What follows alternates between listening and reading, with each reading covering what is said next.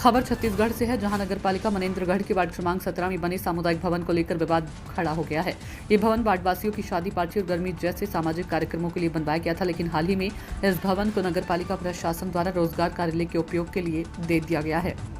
इस फैसले से वार्डवासियों को भारी परेशानी का सामना करना पड़ रहा है, क्योंकि वार्ड में कोई अन्य वैकल्पिक भवन उपलब्ध नहीं है। इस मुद्दे पर पूर्व नगरपालिका अध्यक्ष प्रभा पटेल ने भी गहरी नाराजगी जताई। उन्होंने कहा कि भवन मेरे कार्यकाल में खास तौर पर वार्डवासियों के सामाजिक उपयोग के लिए बनवाया गया था। इससे रोजगार कार्यालय को सौंपना दुर्भाग्यपूर्ण है। जिस उद्देश्य से भवन निर्माण हुआ था, यदि वह पूरा नहीं हो रहा तो वह वार्डवासियों के साथ अन्याय है। स्थानीय लोगों ने भी इस फैसले का विरोध करते हुए मांग की है कि भवन को तत्काल सामुदायिक उपयोग के लिए बहाल किया जाए। अब देखना यह होगा कि नगरपालिका प्रशासन इस जनभावना का सम्मान करता है या नहीं। मनी राम सोनी की रिपोर्ट। सवाल है, वार्ड नंबर 17 के पार्षद हूँ। मेरे वार्ड में मतलब यहाँ तालाब के पास भवन बना था सार्वजनिक कार्यक्रम के लिए, किसी के यहाँ शादी ब्याह हो तो उसमें रोजगार कार्यालय ऑफिस खोला गया है।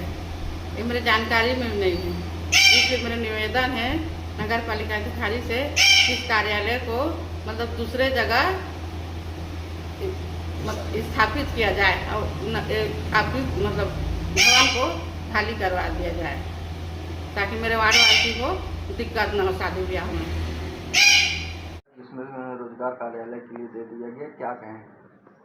ये उसमें बच्चों को जो रोजगार कार्यालय है उनको आने में जाने में दूरी पड़ता था वहाँ पे, तो हमारे मंत्री जी का आदेश था कि यहाँ पे कर दिया जाए। कलेक्टर साहब का भी आदेश है, पार्षद लोग भी वो किए हैं, और जैसे उन लोग का रोजगार कार्यालय बन जाता है तो उनको वहाँ पे शिफ्ट किया जाएगा। वहाँ की जनता को जो है तो कोई भवन नहीं है जो कि किसी भी प्रकार का खाली पड़ा था भैया, इसलिए उनको वहाँ पे शिफ्ट किया गया है। हाँ, और कई सारे जो है तो भवन खाली पड़े हैं, उन पर क्यों नहीं दिए? भैया वो बाजार के अंदर था, तालाब के बगल में, वहाँ पे लोगों को अच्छा सुविधा मिलती है, अच्छा वहाँ पे आने जाने के लोगों का पास पड़ता है, इसलिए वहाँ पे हमारे मंत्री जी का आदेश है कि वहाँ पे दे दिया जाए। फिर जैसे वहाँ पे बन जाता है तो इनको वहाँ पे शिफ्ट कर जाएगा। फिर वो भवन इतने दिन से खाली भी पड़ा था, वहाँ तो बना दिया गया। वहाँ पे रोजगार कार्यालय के लोगों को कुछ काम होते रहे जब तक लोगों को सुविधा हो। हाँ, सुविधा हो जाए लोगों को, तो फिर उनको परेशानी नहीं होगी आने जाने के लिए, पास पड़ेगा तो लोग अपना काम करा लेंगे। कहाँ कहाँ से लोग आते हैं, फिर भटकते रहते हैं यहाँ वहाँ।